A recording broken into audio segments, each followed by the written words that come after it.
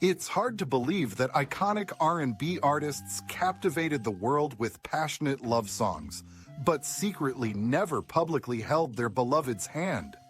Some even held onto a marriage proposal video for 2 decades, taking the secret to their graves. Others mailed birthday cards for 15 consecutive years to a departed lover who never returned.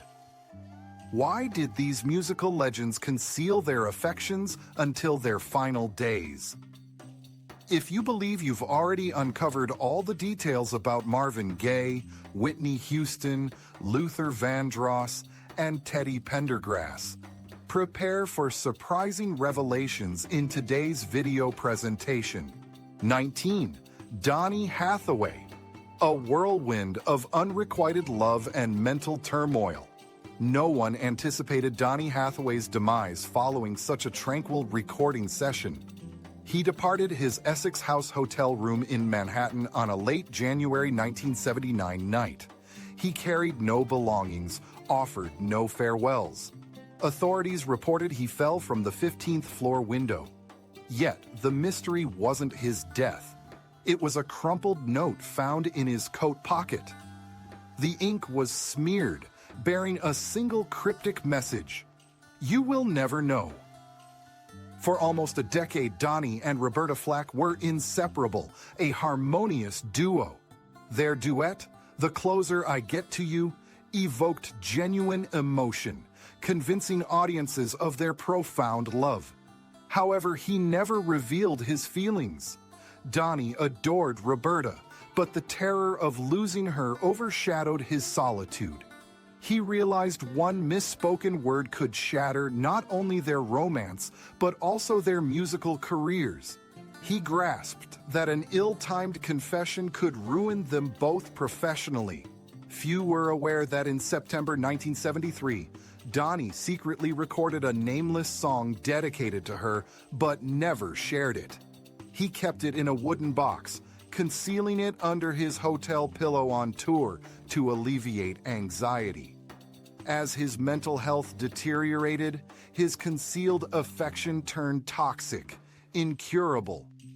6 years later, he took that secret with him, leaving the woman he cherished unaware of the depth of his love. 18. Curtis Mayfield, the unsung heroine. Do you know who first comforted Curtis Mayfield after his paralyzing accident? It wasn't his wife or a medical professional, but a lighting technician from his 1989 tour. The media never profiled her. His family remained silent. Their romance bloomed discreetly amidst the spectacle. She provided post-performance tea, reminding him to eat amidst the post-show chaos. However, her marriage to a stage sound guitarist prevented any overt advances. Their relationship deepened in the summer of 1990 after her divorce. She left the tour for a Chicago position. They exchanged letters, sometimes including unreleased demos. A soul song, "If I Stand Again, It's For You." His 1990 Brooklyn accident occurred a month after a planned train station rendezvous. He didn't arrive, yet she consistently visited him on Friday afternoons, offering companionship. Following his 1999 death, she disappeared. A post-funeral photo revealed a card near his portrait reading, "If you ever stood again, I'd still keep this wheelchair just to push it away from the past together." 17. David Ruffin's hidden romance fractured his family. The Temptations' iconic lead singer David Ruffin maintained a clandestine relationship with a little-known backing vocalist Carla, who worked on Motown recordings. Their affair remained undisclosed not because of celebrity concerns, but because Carla was his spouse's half-sibling.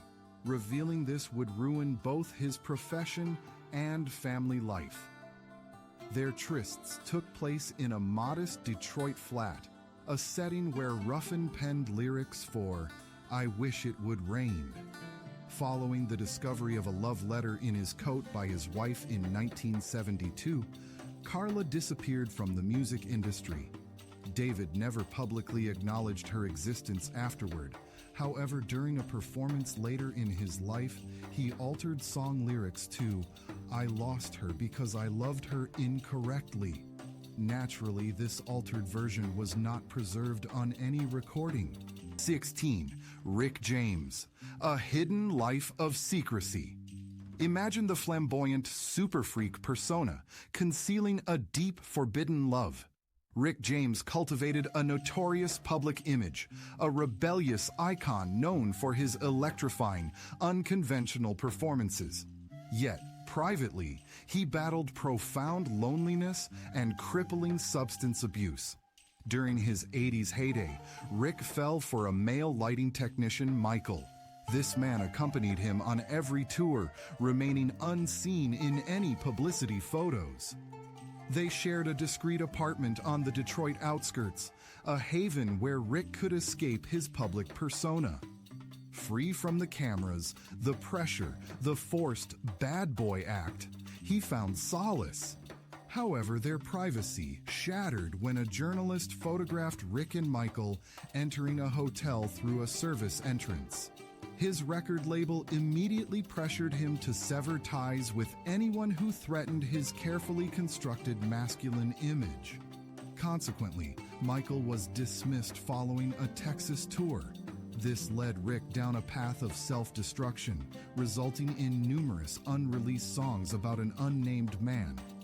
Upon Rick's 2004 death from heart failure, his personal assistant discovered a diary within a safe, a diary filled with late-life confessions, all centered around a single individual, Michael. 15. Billy Paul, A Tale of Interracial Love. The enigma of his silence regarding Mr. He, despite his passionate songs about Mrs. Jones, is explained by an unreleased recording and a lifelong fear. During the late 1960s, as his career soared and Motown defined the ideal black male image, Billy Paul engaged in a relationship that shattered conventions. His partner wasn't a fan or fellow performer, but Harold, a white British music producer. In a time when homosexuality was considered a transgression, a black artist openly involved with a white man was not merely shocking, it meant professional ruin. In 1971, during a late-night recording, Billy attempted a different vocal take, keeping the same tune, but the lyrics were dedicated to Mr. He. Shortly after, Harold was dismissed from the record label, and Billy received a stark warning from his manager. To avoid being sidelined from the soul music craze topping Billboard charts, the recording had to be destroyed.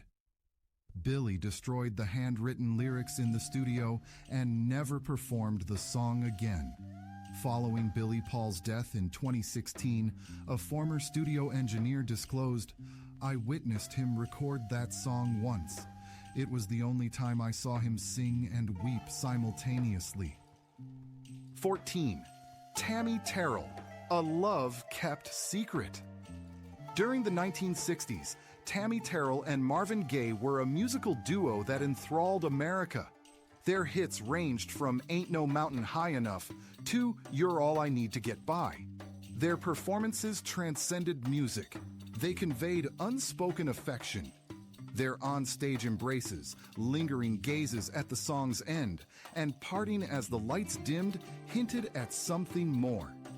Their relationship remained unconfirmed, yet doubt was impossible. A notebook Marvin carried in 1967 contained rushed notes. T smiled today. T said, "I'm fine." But those eyes? The words were faint, as if written late at night. That year, Tammy suffered a sudden on-stage collapse during a performance with Marvin. A brain tumor diagnosis led to numerous surgeries and the eventual loss of her mobility. Marvin consequently withdrew, canceling appearances, forgoing solo projects, and spending hours unseen at her bedside. Their love, if real, remained unnamed, never fully realized.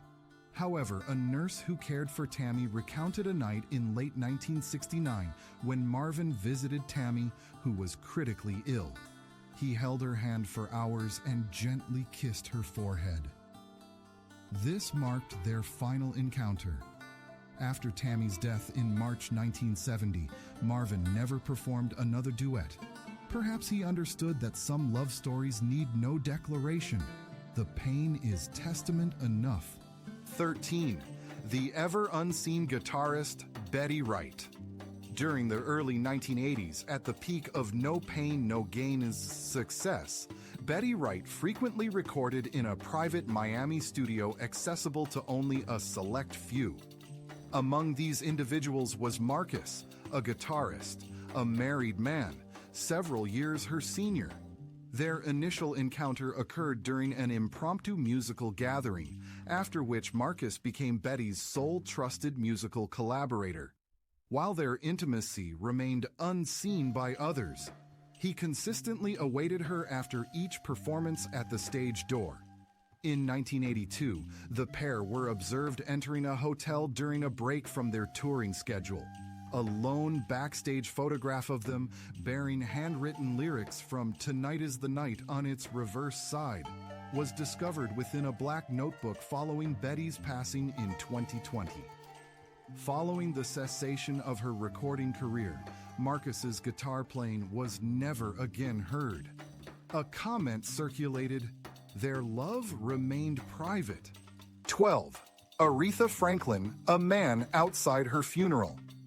Next, Aretha Franklin, a voice that silenced the world with respect and raw emotion, harbored a lifelong secret love.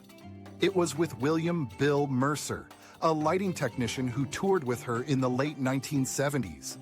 Bill, 7 years Aretha's senior, already had a family and remained unseen behind the stage during her shows. Their first meeting was during a sound check at New York's Beacon Theater. In the winter of 1977, after a powerful vocal performance, he alone approached, fixing a loose microphone cable and whispering, "Your voice touches places I never knew existed." Late-night rehearsals forged their bond. She shared unfinished demo tapes. He gifted her a leather-bound Bible inscribed, "Sometimes faith is all that prevents retreat." However, his wife and 2 young children prevented public appearances. Aretha attempted to end the relationship, but their reunions always rekindled their connection. Their quiet correspondence lasted almost 15 years until Bill transitioned to television in 1992, leaving the tour permanently. On August 16, 2018, Aretha's Detroit funeral drew fans and celebrities. An elderly man in a brown hat stood outside for 3 hours. When "Ain't No Way" began, he wept and silently departed. After the service, her family discovered 4 handwritten letters from Aretha to Bill tucked inside her cherished Bible. The final letter contained a single line. "You never sat in the front row, but I always saw you." 11. The enigmatic Teddy Pendergrass. A hidden video unseen until his death. Music. I knew. This list begins with Teddy Pendergrass. Connected to a chilling accident in the late 1970s, Teddy Pendergrass was not only a top R&B vocalist of the 20th century, but also a symbol of male allure and power in music. His stage presence was godlike, electrifying audiences. Women pleaded for him to remove his shirt. A single mention of a fan's name ignited the crowd. Privately, however, his life was far more discreet than many imagined. He concealed a relationship. Its revelation could have destroyed everything. His carefully built career could have crumbled overnight. Then, tragedy struck on March 18, 1982. That night, Teddy drove a deep blue Rolls-Royce Silver Spirit on Lincoln Drive, Philadelphia. Tina Watson, a former model, sat beside him. Tall, elegant, and captivating. What the public didn't know? Tina was transgender. The car veered off course, hitting a divider. Airbags deployed slowly. Teddy's head hit the steering wheel, his lower body trapped. Tina suffered minor injuries. Initially, morning reports named Tina, but afternoon editions omitted her. She vanished from the press as if non-existent. Teddy's representative mentioned an old friend, ending further inquiries. At that time, a prominent black male singer, adored by millions of women, being romantically involved with a transgender woman was unacceptable. It would harm his image, jeopardize sales, endorsements, and his career. Post-1982, Teddy's world changed. He no longer commanded the stage or addressed roaring crowds. More painful was the abandonment. Old friends distanced themselves. Industry contacts severed ties. Even his family grew weary after months of treatment. Yet Tina, erased from public view, remained. Daily, she aided his speech therapy, breathing exercises, and wheelchair maneuvers, regardless of the weather. Years later, on January 13, 2010, Teddy Pendergrass died from post-colon cancer surgery complications. His funeral differed greatly from his vibrant stage performances. It was profoundly quiet. Tina was unmentioned. No one inquired about the woman who'd silently supported him for nearly 2 decades. A lone figure in black arrived early, stood silently, and left a single white rose. Weeks later, the family found a video on a hard drive. Slightly over 2 minutes long, it stunned them. Teddy, in his wheelchair, held a ring, gazing into the distance, seemingly at his beloved. He confessed his love, a proposal for Tina. Teddy Pendergrass kept his proposal secret until his death. He was not alone, however, as the next story reveals another diva with an equally poignant love tale. 10. Sylvester. A wedding unrealized. During the late 1980s, as disco's popularity waned, Sylvester's powerful voice transcended all bias. However, at the peak of his fame, he prepared for a deeply personal event, a clandestine marriage to another man. This man's true identity remained undisclosed. He was identified only as a U.S. Marine stationed in San Francisco in 1986. Their connection began following a charity performance where Sylvester sang for AIDS patients at a hospital. The Marine didn't request an autograph. Instead, he silently presented Sylvester with a dark blue handkerchief bearing the embroidered words, "Be still." Their love blossomed quietly for almost 3 years. Only Sylvester's closest confidant knew the Marine's identity, due to the military's then existing prohibition against homosexuality. Sylvester quipped, "I've found my husband, but he still must wear his uniform and march daily into my heart." At the time, no one understood it was not a jest. In 1988, Sylvester ordered 2 silver wedding rings inscribed with December 31st, their planned departure date from the U.S. for a private ceremony in Amsterdam. But he never reached that day. AIDS swiftly consumed him, and on December 16, 1988, Sylvester passed away at San Francisco General Hospital. Found in his bedside drawer was a folded note simply stating, "My husband, one day the world will know you." Subsequently, each year on the anniversary of Sylvester's death, the hospital receives a bouquet of lavender, anonymously delivered. 9. Phyllis Hyman. A forbidden love, forever concealed. Music enthusiasts often overlook a poignant truth. The most heart-wrenching love songs frequently originate from those denied their own love. Phyllis Hyman embodied this tragic irony. At her professional peak, Phyllis was a highly sought-after African-American vocalist across the United States. Her statuesque figure, striking features, soulful eyes, and rich, haunting voice projected an image of regal sadness. However, few were aware of the clandestine affair that defined her life. It was a prolonged, complex relationship, spanning over a decade with a renowned musician already married with children. Their paths crossed in 1983 during a ballad recording session in New York City. He accompanied her on the piano, unknowingly altering the trajectory of her life.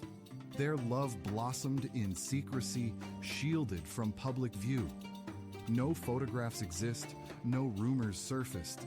Phyllis's unexplained absences after performances, her avoidance of interviews, and the intensely personal nature of her songs. These were subtle indicators of her hidden life. Her concerned friends attempted interventions. Yet her reassurances of well-being, "I'm fine," were invariably accompanied by downcast eyes and tightly clenched hands, betraying unspoken pain. This concealed love not only isolated her, but also jeopardized her career. Several significant performance contracts were mysteriously canceled. Speculation arose that the musician's wife had intervened to sabotage Phyllis's prospects. This pressure led to increased alcohol consumption, erratic behavior, and last-minute show cancellations.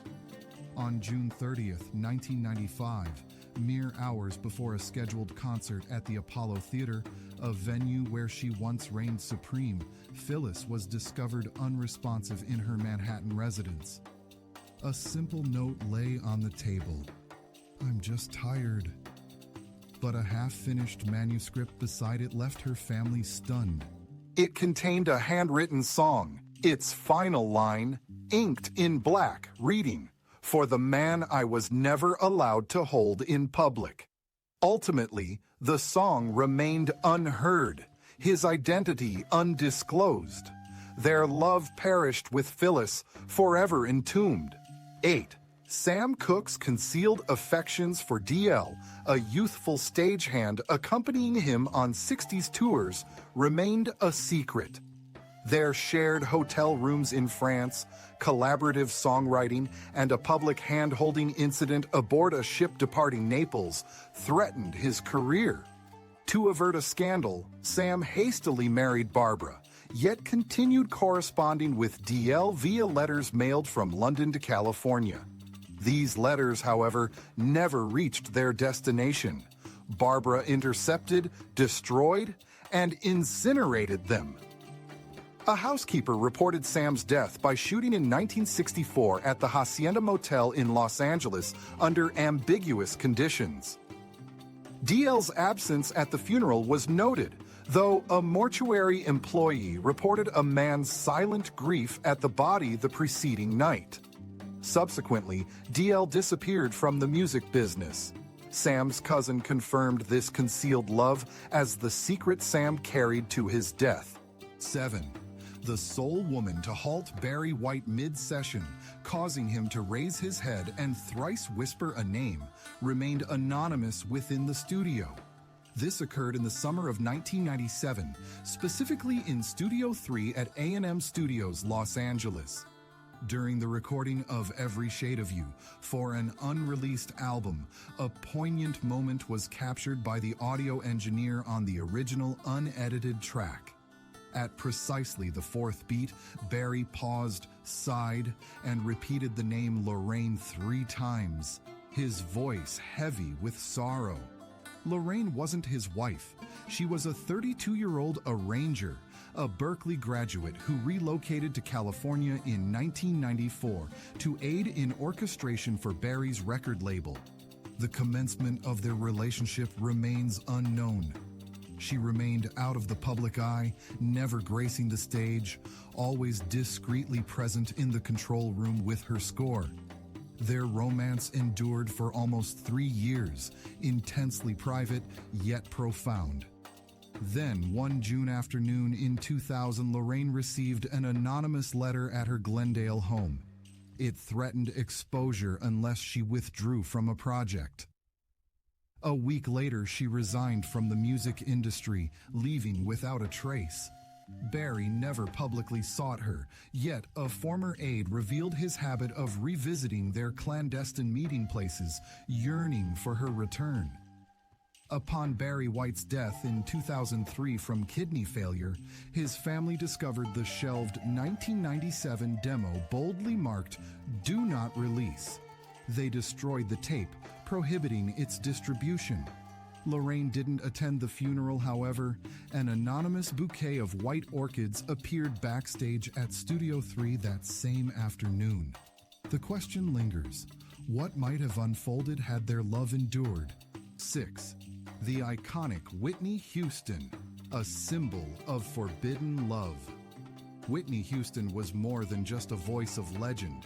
She represented an ideal, the perfect image of a black female star entering the 1980s. However, concealed beneath this dazzling facade was a secret the star was compelled to conceal. A woman named Robin Crawford. Their paths crossed when Whitney was a hopeful teenager in New Jersey. Robin was the first to witness her private practice sessions, her emotional struggles amidst family pressures. Their affection blossomed gradually. They shared a small apartment, everything from everyday items to aspirations of grand stages. Yet, as Whitney's fame surged, subtle rifts emerged. Her record label urged her to project a more traditionally feminine image and avoid public displays of affection with women. The entourage began to scrutinize Robin, their disapproval evident. Then, on the night of 15th of July 1990, following a Madison Square Garden performance, the pair were seen hand-in-hand backstage. Whitney radiated happiness. But merely hours later at 2:09 a.m., Robin received a call from an anonymous number. The caller's voice was unnervingly composed. He threatened, "If you are seen with her again, you will face consequences." The following morning, Robin departed the hotel silently, abandoning all her possessions. This included a demo song Whitney had composed especially for her. From that point, Whitney never acknowledged Robin again, and thus the genuine love of her life was expunged as if it had never existed. 5. Luther Vandross, the man in the shadows and the unsent birthday cards. Some voices resonate globally, yet their singers never experience the love they portray. For Luther Vandross, the solitude wasn't in his songs, it resided in his unspoken emotions.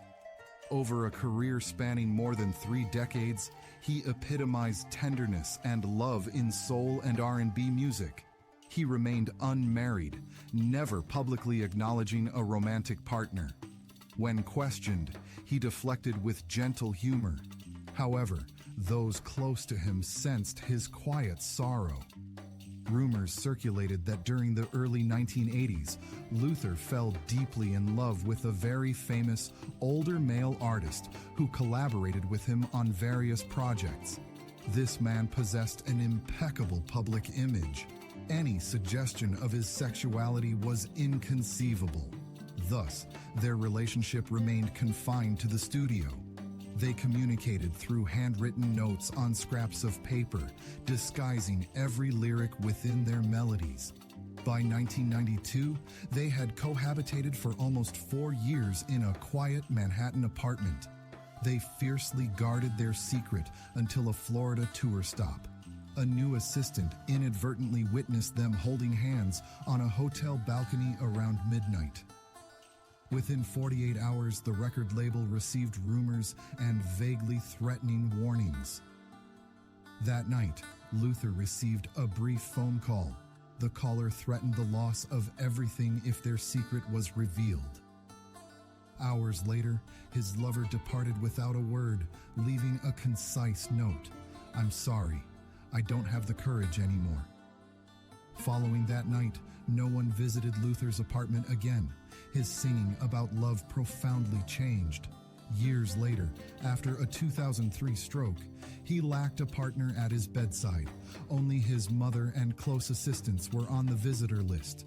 His recovery was slow, resulting in vocal loss and near-total seclusion until his death in July 2005.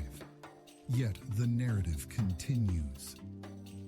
During the cleanup of his New York apartment, his family discovered a locked tin box. Inside were over 20 handwritten birthday cards, all addressed to the same person, bearing the same message yearly. Even if you don't remember this day, I always remember you. Did that man ever learn of this? For 15 years after their separation, Luther Vandross consistently penned him a birthday wish. 4. Al Green, a belated admission. Few would suspect the singer behind Let's Stay Together, a man who captivated America, harbored a love he never publicly acknowledged. This romance quietly blossomed in 1973 when Al Green encountered Linda James, a widow with a difficult history. Previously married to a member of his band, Linda wasn't a celebrity nor strikingly beautiful, yet her gaze held Al completely spellbound.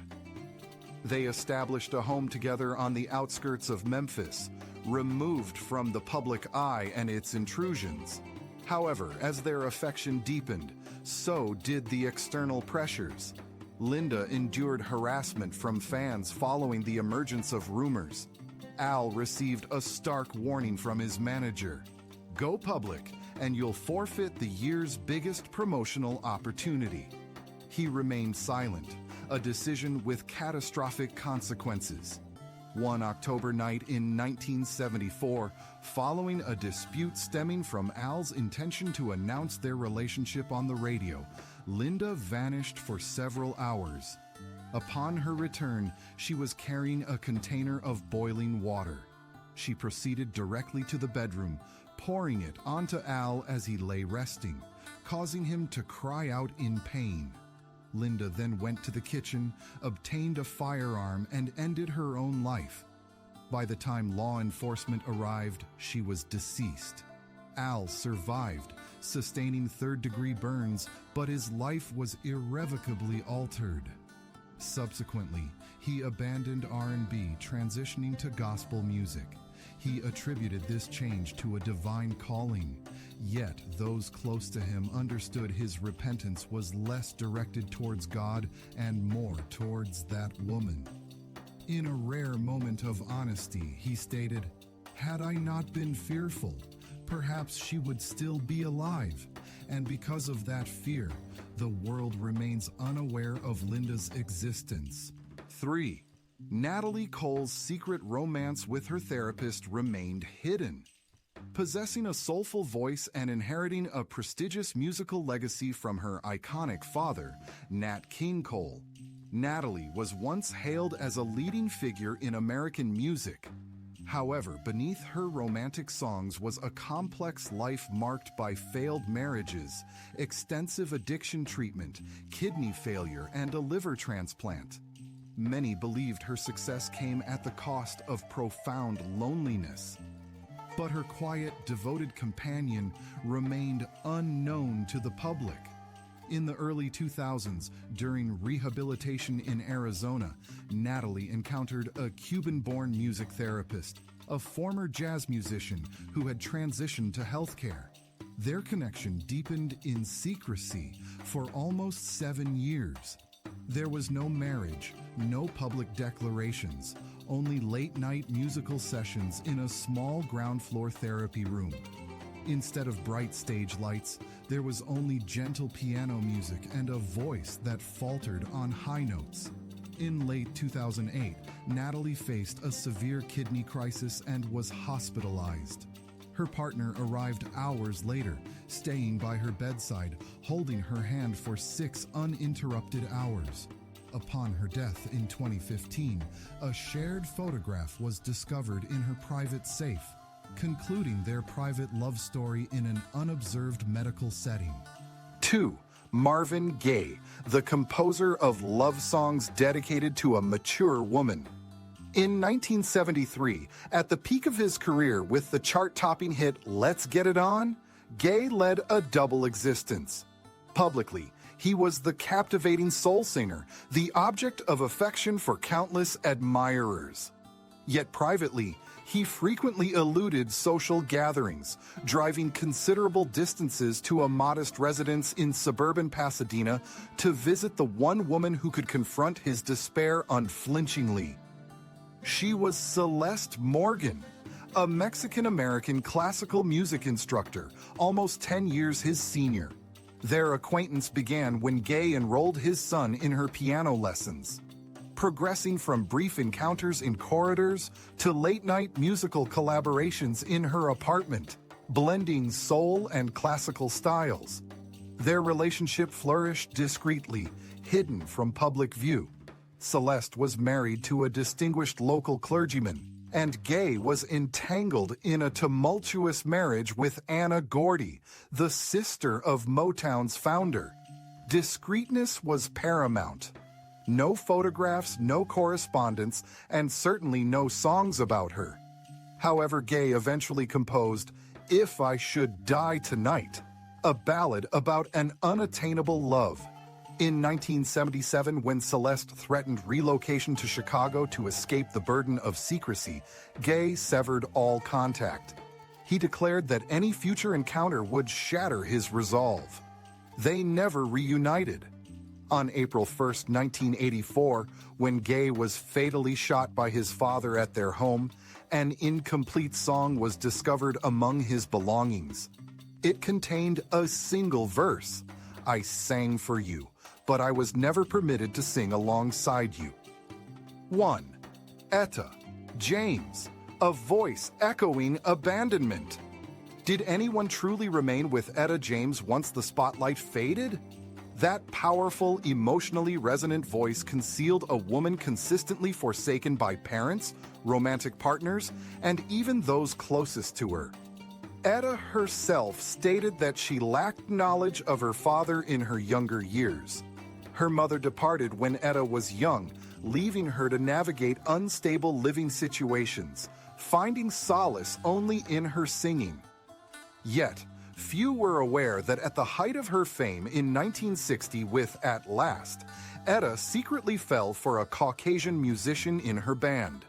They collaborated, recording late into the evenings, privately cherishing dreams of an open, honest relationship. However, societal norms at that time thwarted their love.